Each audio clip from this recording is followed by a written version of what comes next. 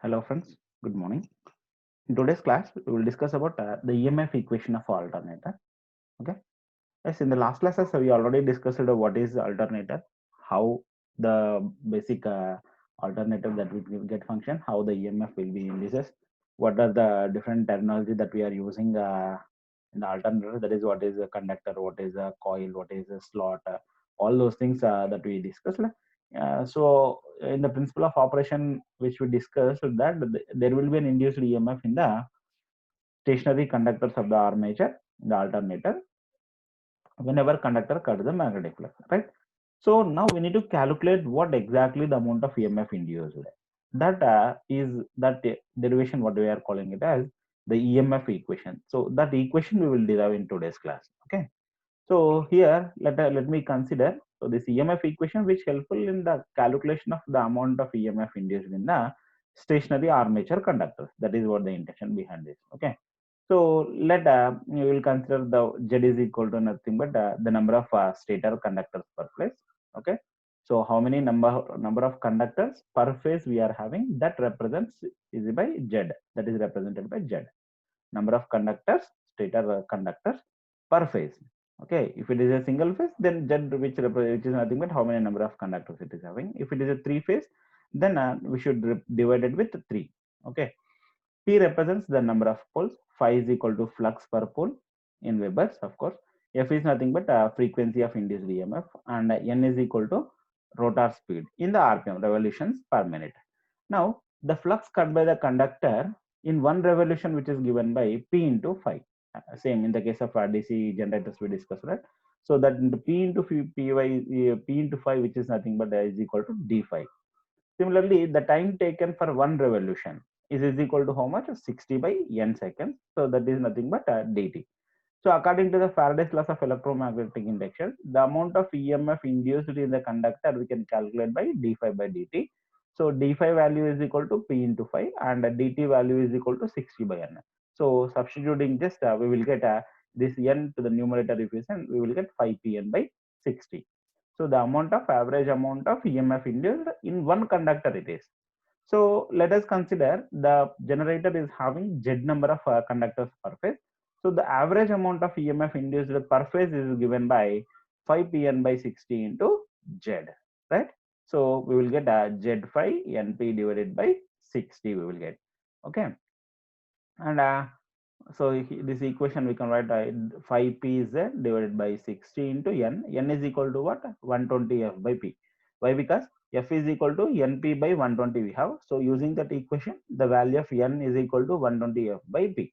So instead of n, if you substitute the 120 f by p, then the equation we will get here 60 and 120 together cancel. So 2 61 so 2 2 we will get. So 2 into and here p and p together will cancel 5 into f we will have, so f into 5 into z we will get. So the resultant equation, this equation we will get. But for a pure sinusoidal waveform, the already we know the value of that is the ratio of rms value by average value is equal to 1.11, right? Form factor. So in order to calculate the RMS value, I need to multiply the average value of EMF with 1.11. So RMS value of EMF induced is equal to 1.11 times of average value. So here the average value is equal to 2f into 5 into z. So in order to calculate the RMS value, we need to multiply this above equation with 1.11. So the resultant equation which you will get 2.22 f into 5 into z. Okay.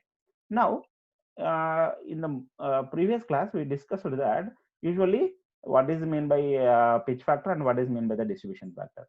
For a practical generator, synchronous generator, if you take, usually they are of short pitched winding and they are of distributed type. So whenever a winding is a short pitched winding, there will be a pitch factor coming to the picture, and whenever it is a winding of distribution type, then distribution factor that will come into the picture. So this is the equation which describes you whenever the winding is a full pitched winding and whenever the winding is concentrated type. So when the value of when the windings are of short pitch and distributed type, so this particular equation to be multiplied with the distribution factor and as well as the pitch factor. So if you multiply with the distribution and pitch factor, then the resultant equation to calculate the amount of EMF induced in the alternator is given by E is equal to 2.22 kd kp F into phi into Z we will get. Here in terms of number of conductors, here it is. Suppose as already you know, one turn consisting of the two number of conductors. Why? Because two conductors which forms as a one turn.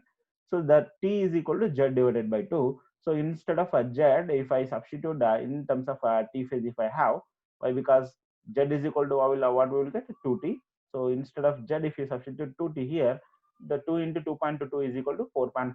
So KD KP phi into F into T phase I will get. Okay. So this is what the equation which we have to calculate the amount of EMF induced in the synchronous generator or alternator. Okay. Now we will discuss what is mean by voltage regulation and how this voltage regulation in the alternator that we will calculate. The voltage regulation of alternator is nothing but it is a percentage of percentage rise in the terminal voltage when full load is removed. Okay. So that percentage, how we will calculate? Percentage regulation is equal to E minus V divided by V into 100. The voltage regulation of alternator is defined as the percentage rise in terminal voltage when full load is removed. Okay. And this percentage regulation we can calculate by difference in the terminal voltage, that is E minus V divided by V into 100, where E is nothing but the no load voltage and V is nothing but full load voltage. Okay. Full load voltage per phase. Right. So its value depends upon the load current and as well as the power factor. Okay, always this percentage regulation value which depends upon the load current. Why? Because more the load current, more will be the voltage drop and lesser will be the value of terminal voltage V. So that is why the reason always this value of percentage regulation depends upon the load current and as well as the power factor. Now we will come across one more topic, that is construction of alternator. So what basically the alternator consisting of? So in common a generator, not only the alternator, any kind of generator we will take, it mainly consisting of the two important parts. One is the stationary part and the another one is rotor part. So in the case of DC generator, already we discussed that the stator part is having magnetic poles and the rotor part is having armature conductors. But in the case of alternator, exactly reverse to the case of DC generator we will have. So the stator circuit is consisting of armature conductors, whereas the rotor circuit is consisting of only magnetic poles. Okay. So now in detail we will discuss what is this stator circuit and how the armature conductors are placed in the stator circuit, how the conductors that will be get accommodate, that we will discuss. Okay. So here this the circuit is this particular diagram. If you see, this represents the total stator circuit of the synchronous generator. Okay, this total part. This is the outer frame of the synchronous generator. Okay, on the inner periphery or outer periphery of the stator, we will have the armature slots. So here, whatever this is circle which represents current. Sorry, this circle which represents armature conductor. So this the place which we have to place this conductor, which is nothing but called as slot. Okay, either on outer periphery or on inner periphery, we will have the armature slots like this, and in these armature slots, we will provide the conductors. Okay, here this is a circle which represents a conductor. Okay, and this is about armature slots, which we have armature we will have on the stator part. Okay, so for the synchronous generator, we will give the three phase. This is the three phase output which we are collecting. Whatever the voltage which generated, that will be get collected. That is the output of three phase supply. Okay. This is the lifting eye which is used to just lift the particular machine. Okay. So this one is called as a slot, armature slot. Since it is having on the stator circuit, we will call it as a stator slots. This outer periphery, which is either made with iron, but usually in the case of generator, we are making use of the steel material, steel frame we are going to be have, and this one is called as a stator core. Okay, so it is a stator is nothing but which is a, since it is a stationary part, we are calling it as a stator part. Okay, so it is a stator stationary part of the alternator and usually built with sheet steel laminations. Just now we discussed that, having slots on the inner periphery. Here on the inner periphery, I will have the various slots. A three-phase star-connected winding is placed in these slots. We are providing the conductors in the slots of the armature, and those conductors which are connected in a particular manner, and that procedure what we are calling it as a winding. So all these conductors which are connected together to form the winding. Okay, right. To place this, the neutral of this winding is grounded, of course, which will protect the system from the various faults. This is about the stationary part. This is the base which is used to just act as a base for the entire machine. Okay. Now another important part of the synchronous generator is rotating one. So the part of the synchronous generator which is rotating is called as the rotor part. So the rotor of what the rotor part does consisting in the case of synchronous generator, usually magnetic poles, right? So based on the design of the magnetic pole, there are two important types of the rotor circuits we have. One is salient pole type of, and another one is smooth cylindrical type of. So what is this salient pole type of? Already we discussed in the DC machine, same in the same manner we have in the case of synchronous generator also. Okay. So first we will discuss about salient pole type of rotor. So this is the rotor part of the synchronous generator. Okay. So here if for the simplicity, a four pole machine that have been shown. So two north poles and two south poles will have. So pair of poles consisting of or represents how many two pair pole machine it is, or we can say it is a four pole machine. So how many number of poles here we are having? One, two, three, and as well as four. Okay, and here the field winding is accommodated on the using core on the core material. We will provide the field winding to give the excitation. So whenever you give the excitation to this, then it will act as a magnet and which produces the magnetic flux. Okay, so this one is called as, since this curved type of magnetic poles, we are calling it as a salient type of pole.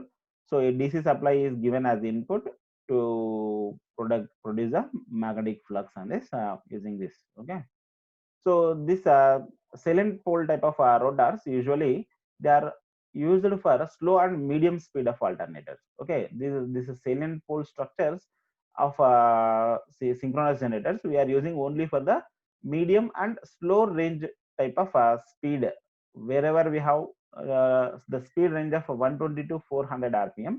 In that kind of applications only we are supposed to use the salient pole type of alternators. Okay, or solely salient pole type of rotors we are supposed to use. So these are used to driven the diesel engines, and salient pole or projecting poles are mounted on large circular steel frame which are fixed to the shaft of the alternator. Why? Because it is a rotating one, right? So all these poles which are connected to the this shaft, and this shaft which is driven by the external prime bar. So this external primer, whenever it gives the whenever it is rotating, so since it is connected to the shaft of this through shaft, it is get connected to the rotating poles. So whenever prime bar is rotating, obviously this poles will get rotates. Okay, and these are producing the magnetic flux. So the flux which is cut by the stationary conductors on the armature. Okay, the individual field pole windings connected in series in such a way that when energized, alternating poles have to be formed. Right.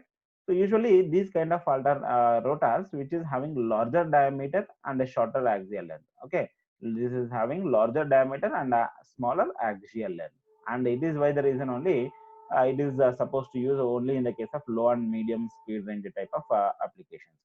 The salient poles would cause an excessive winding losses which is driven at the high speed, and that's why we are omit to, or we are not supposed to use to drive these particular rotor circuits in the high speed ranges. Okay, salient pole construction cannot be made strong enough to withstand large centrifugal forces at the high speeds. Okay, so these are all some disadvantages that we have.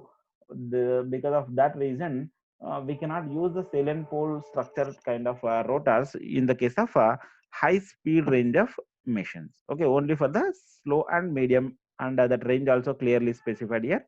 What is that speed range we are using here? 120 to 400 rpm. Suppose more than 400 rpm, suppose the 1000 rpm or the 1500 rpm if we are supposed to go for, then in that case the other kind of rotor circuit we are supposed to use, and that type of rotor what we are calling it as smooth cylindrical type of rotors, and it is also called as non-salient pole. Salient pole and non-salient. Non-salient pole means it is a smooth cylindrical type of rotor. Okay, these rotors employed for a high speed range, which is in the range of 1500 to 3000. Even at the range of 3000 rpm also, these kind of rotors, because of this very strong centrifugal forces, it can be withstand. We can use these kind of rotor circuits in the range of 3000 rpm. Okay, rotor made of smooth solid forged steel radial cylinder having a number of slots along the outer periphery. On the outer periphery we will have the slots, and in those slots we will provide the conductors. Okay, and mechanically these kind of rotors are very robustness it is having, and give the noiseless operation even at the high speeds. Okay, this is actually this since the salient poles are non-robustness and they are not used for high speeds, but these cylindrical pole structures are very robust in nature, and easily we can use these for very high speed operation. Okay, and in the case of this salient pole structure, we will have the flux distribution around the periphery is nearly sinusoidal. Okay, why? Because here all the outer periphery of this pole rotor circuit, if you see, it is having uniformly it is there. But in the case of salient pole, it is not going to be how. So that is why the reason in the case of smooth cylindrical type of flux distribution around the periphery is nearly a sinusoidal waveform, and hence a better EMF waveform that can be obtained in the case of salient. Okay, and small diameters and a very less axial length we will have here, and that is why the reason we can use this rotor circuits in the high speed applications. Such rotors are used in smooth turbine driven at which run at the very high speed. So this is about the construction main important parts that we have. Stator circuit and rotor circuit. Simple. Rotor circuits are of two types. One is salient pole, and other one is non-salient pole or cylindrical type of. Salient poles are used for lesser range of speed range of applications, whereas cylindrical type are used for high range, high speed range in the order of 3000 rpm. Salient poles are having larger diameter and smaller axial length. Okay, whereas in the case of smooth cylindrical type of lesser diameter will be there, larger axial length we will have, and it is why the reason we are going for higher speed application. Okay, so this is about what is stator, what is rotor, and how the operation of synchronous generator that is made, what is regulation. Okay, so thank you. We will discuss with the next topic in the coming class. Thank you.